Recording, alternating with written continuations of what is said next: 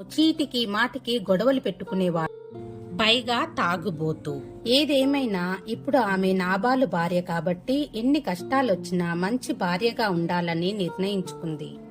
నాబాలు ఇప్పుడు చేసిన పని వల్ల అబిగయీలుకు మరో కష్టం వచ్చి పడింది.